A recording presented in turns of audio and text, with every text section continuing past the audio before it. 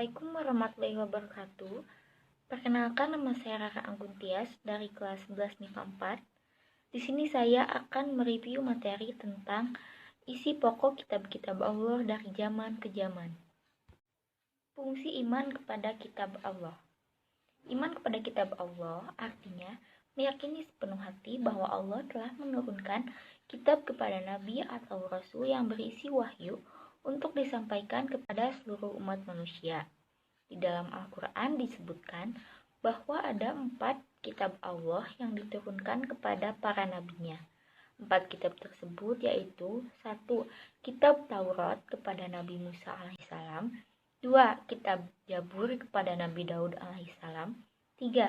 Kitab Injil kepada Nabi Isa alaihissalam, dan kitab Al-Quran kepada Nabi Muhammad Shallallahu alaihi wasallam. Pengertian kitab-kitab Allah. Kitab-kitab Allah adalah kumpulan wahyu Allah yang diturunkan kepada para rasulnya melalui malaikat Jibril dan menjadi pedoman hidup umatnya. Kitab-kitab yang dimaksud pada ayat di atas adalah kitab yang berisi peraturan, ketentuan, perintah, dan larangan yang dijadikan pedoman bagi umat manusia. Kitab-kitab Allah tersebut diturunkan pada masa yang berlainan. Semua kitab tersebut berisi ajaran pokok yang sama, yaitu ajaran mengesahkan Allah Subhanahu wa Ta'ala atau tauhid. Yang berbeda hanyalah dalam hal syariat yang disesuaikan dengan zaman dan keadaan umat pada waktu itu. 1. Kitab Taurat.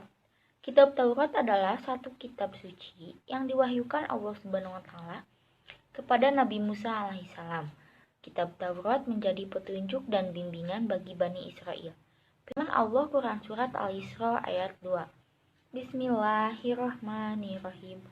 Wa ataina Musal kitaba wa ja'alnahu hudal li Bani Israila alla tattahidu min duni wakila. Artinya, dan kami berikan kepada Musa kitab Taurat dan kami jadikannya petunjuk bagi Bani Israel dengan firman, janganlah kamu mengambil pelindung selain aku. Quran Surat Al-Isra ayat 2.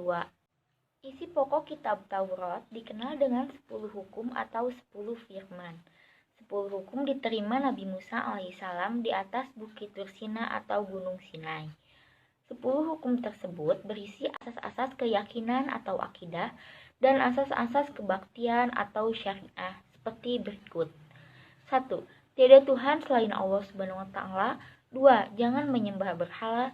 3. Jangan mempersekutukan Allah Subhanahu wa Ta'ala. 4. Sucikan hari Sabat atau Sabtu. 5. Hormati kedua orang tuamu. 6. Jangan membunuh. 7. Jangan berzina. 8. Jangan mencuri. 9. Jangan bersumpah palsu atau bersaksi dusta. Dan yang ke-10, jangan menginginkan hak orang lain atau menginginkan milik orang lain. 2. Kitab Zabur. Kata Zabur berasal dari Zabara, Yazburu, Zabar yang berarti menulis. Makna aslinya adalah kitab yang tertulis. Zabur dalam bahasa Arab dikenal dengan sebutan Mazmur dan dalam bahasa menyebutnya Mazmur, yaitu nyanyian rohani yang dianggap suci. Sebagian ulama menyebutnya Mazmur, yaitu salah satu kitab suci yang diturunkan sebelum Al-Quran selain Taurat dan Injil. Dalam bahasa Ibrani, istilah Zabur berasal dari kata Zimra yang berarti zamar, artinya nyanyian pujian.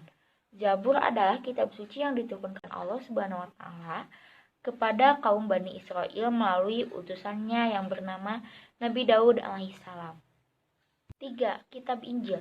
Kitab Injil diwahyukan oleh Allah Subhanahu wa Ta'ala kepada Nabi Isa alaihissalam.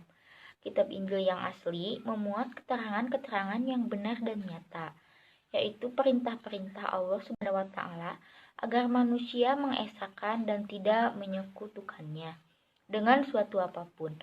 Ada pula penjelasan bahwa di dalam kitab Injil terdapat keterangan bahwa di akhir zaman akan lahir nabi yang terakhir dan penutup para nabi dan rasul, yaitu bernama Ahmad atau Muhammad Shallallahu alaihi wasallam.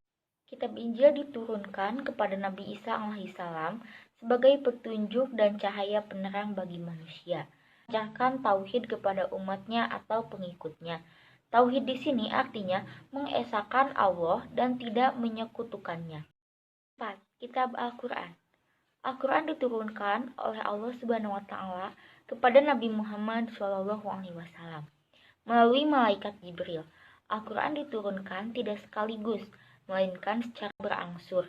Waktu turun Al-Quran selama kurang lebih 23 tahun atau tepatnya 22 tahun, 2 bulan, 22 hari.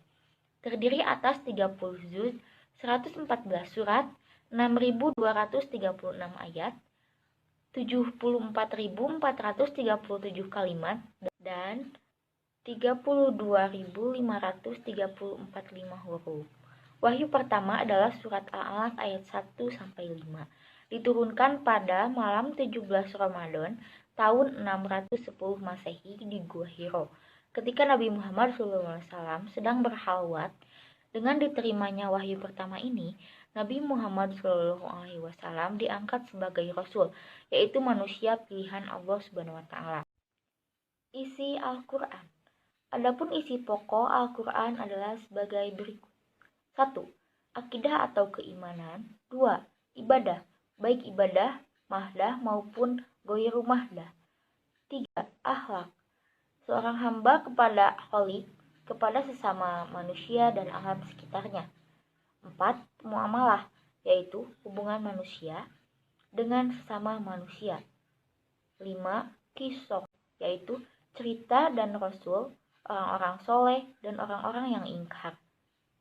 6. Semangat yang mengembangkan ilmu pengetahuan. Adapun keistimewaan kitab suci Al-Quran adalah sebagai berikut. 1. Sebagai petunjuk dan rahmat bagi orang-orang yang beriman dan bertakwa. 2. Sebagai informasi kepada setiap umat bahwa Nabi dan Rasul terdahulu mempunyai syariat atau aturan dan caranya masing-masing dalam menyembah Allah Subhanahu wa Ta'ala. 3. Al-Quran sebagai kitab suci terakhir dan terjamin keasliannya. 4. Al-Quran tidak dapat tertandingi oleh ide-ide manusia yang ingin menyimpangkannya. 5. Membaca dan mempelajari isi Al-Quran merupakan ibadah. Sekian review materi yang dapat saya sampaikan. Mohon maaf apabila ada kekurangan dan kesalahan kata. Wassalamualaikum warahmatullahi wabarakatuh.